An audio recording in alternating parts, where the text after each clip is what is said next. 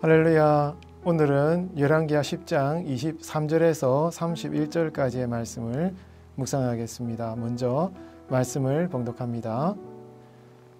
예후가 레갑의 아들 여호나답과 더불어 바알의 신당에 들어가서 바울을 섬기는 자들에게 이르되 너희는 살펴보아 바알을 섬기는 자들만 여기 있게 하고 여호와의 종은 하나도 여기 너희 중에 있지 못하게 하라 하고, 무리가 번제와 다른 제사를 드리려고 들어간 때에 예후가 80명을 밖에 두며 이르되 내가 너희 손에 넘겨주는 사람을 한 사람이라도 도망하게 하는 자는 자기의 생명으로 그 사람의 생명을 대신하리라 하니라. 번제 드리기를 다하매 예후가 호위병과 지휘관들에게 이르되 들어가서 한 사람도 나가지 못하게 하고 죽이라 하매 호위병과 지휘관들이 칼로 그들을 죽여 밖에 던지고 바알의 신당에 있는 성으로 가서 바알의 신당에서 목상들을 가져다가 불사르고 바알의 목상을 헐며 바알의 신당을 헐어서 변소를 만들었더니 오늘까지 이르니라. 예후가 이와 같이 이스라엘 중에서 바알을 멸하였으나 이스라엘에게 범죄하게 한 느밧의 아들 여로보암의 죄 곧 베델과 단에 있는 금송아지를 섬기는 죄에서는 떠나지 아니하였더라. 여호와께서 예후에게 이르시되 내가 나보기에 정직한 일을 행하되 잘 행하여 내 마음에 있는 대로 아합 집에다 행하였은즉 내 자손이 이스라엘 왕위를 이어 4대를 지내리라 하시니라. 그러나 예후가 전심으로 이스라엘 하나님 여호와의 율법을 지켜 행하지 아니하며 여로보암이 이스라엘에게 범하게 한 그 죄에서 떠나지 아니하였더라. 아멘. 솔로몬이 죽고 남북 왕조가 분열된 이후에 남유다는 다윗의 자손들이 계속 왕위를 이어가게 되었지만 북이스라엘은 계속된 반역으로 왕조가 바뀌는 일이 계속되었습니다. 그 중에서 아합으로 대표되는 오므리 왕조가 4대를 이어 왕들이 세워졌습니다. 그러나 이스라엘 왕조에서 가장 오랫동안 통치한 왕조는 예후 왕조라고 할 수 있습니다. 예후가 바알 신앙을 개혁함으로 말미암아 그의 자손 4대만큼 왕조가 이어졌고 예후를 포함하면 5대 왕조가 이어지게 되었습니다. 이스라엘 왕조 가운데 가장 오랫동안 왕조를 이어갈 수 있었던 것은 바알 신앙이 가득한 북이스라엘을 개혁하여 하나님의 뜻을 이루며 왕조를 새롭게 세웠기 때문이었습니다.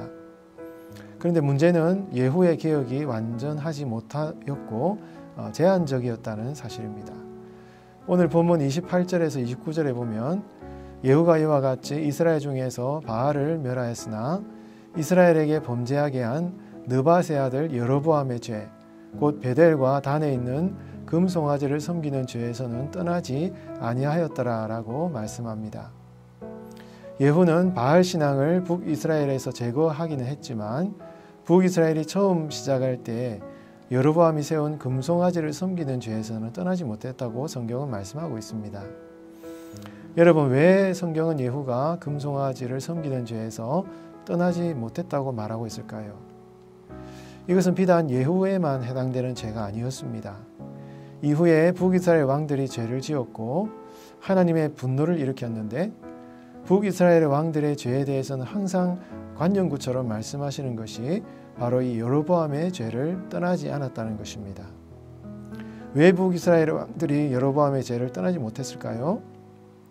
그 이유는 여로보암이 왜 단과 베델에 금송아지를 세웠는지를 보면 알 수 있습니다.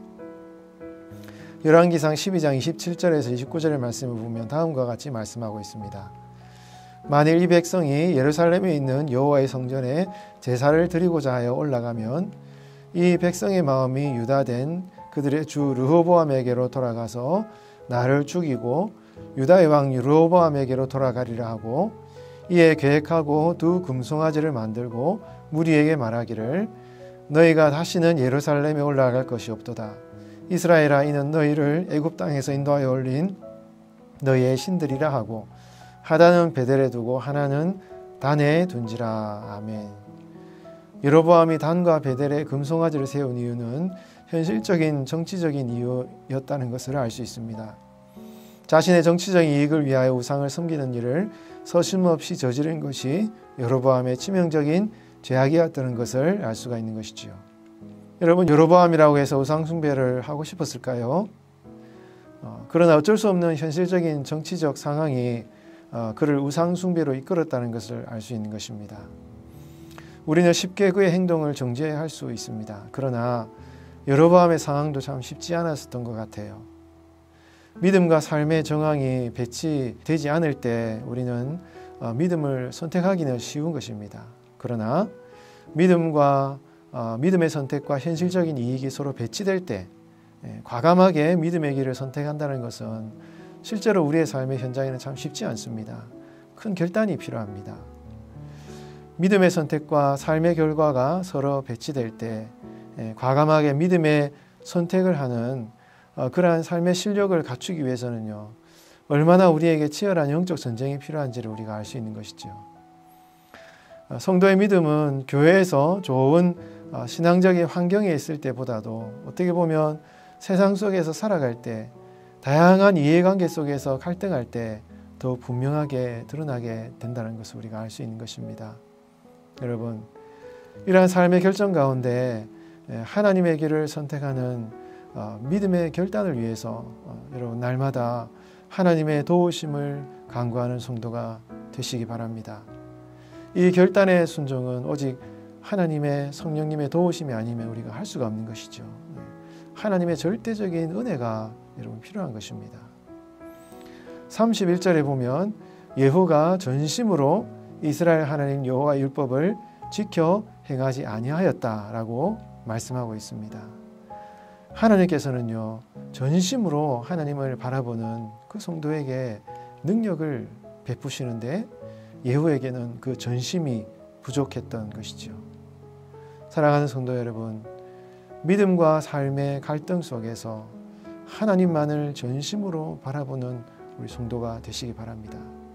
하나님을 전심으로 바라볼 때 비록 믿음의 선택으로 인한 삶의 손실과 이해관계 속에서 피해를 본다 할지라도 하나님은요, 그 모든 것 가운데 함께 하십니다. 하나님의 함께 하심이 어떠한 삶의 결과로 나타날지 장담할 수는 없지만, 그러나 하나님께서는 가장 선한 방식으로 여러분들의 삶에 열매를 허락하실 것입니다. 전심으로 하나님을 바라보고 의지하심으로 말미암아 예화와 같은 실패를 반복하지 않고 하나님의 말씀에 따라 행했다는 그런 하나님의 인정을 받는 여러분들의 삶이 되시기를 바랍니다. 오늘 본문에는 예후와 상당히 반대되는 인물이 등장하고 있습니다. 그는 레갑의 아들 여호나답이란 인물인데요. 여호나답은 예후가 바알 숭배자들을 척결할 때 그와 함께했던 인물입니다. 오늘 본문에서는 그의 행동이 두드러지게 나타나지 않지만 우리가 예레미야서 35장에 보면 이 레갑 족속이 언약을 신실하게 지키는 사람들로 나오고 있고 하나님께서 그들을 굉장히 칭찬하고 있습니다. 이들은 포도주를 마시지 않고 집도 짓지 않고 땅을 소유하지 않고 평생 장막에서만 살아가라는 그런 선조들의 말을 끝까지 지키고 있는 그런 모습을 보여주면서 하나님의 언약을 깨트리는 유대인들의 그런 모습과 대조하고 있는데요. 여러분, 레갑 족속이 왜 이런 언약을 세웠을까요? 아마 예후와 이 여호나답의 관계 속에서 그 이유를 추측해 볼 수도 있는 것입니다. 바알을 숭배함으로 멸망한 아합 가문을 숙청하는 그런 과정을 보면서 이 레갑 족속 여호나답은 얼마나 이 바알 섬기는 이 물질주의와 이 우상 숭배가 참 무서운 것인가 하는 것을 절실히 깨달았다는 것이죠. 이 아합 가문이 멸망하는 과정을 보면서 이 참 바알을 숭배하는 그런 신앙의 위험성을 깨닫고 자신과 자신의 후손들은 결코 이 바알 숭배와 물질주의를 따르지 않고 청빈한 삶을 살아갈 것을 전한 것이 이 레갑 족속의 언약이 아닌가라고 우리가 추측해 볼 수가 있는 것이죠.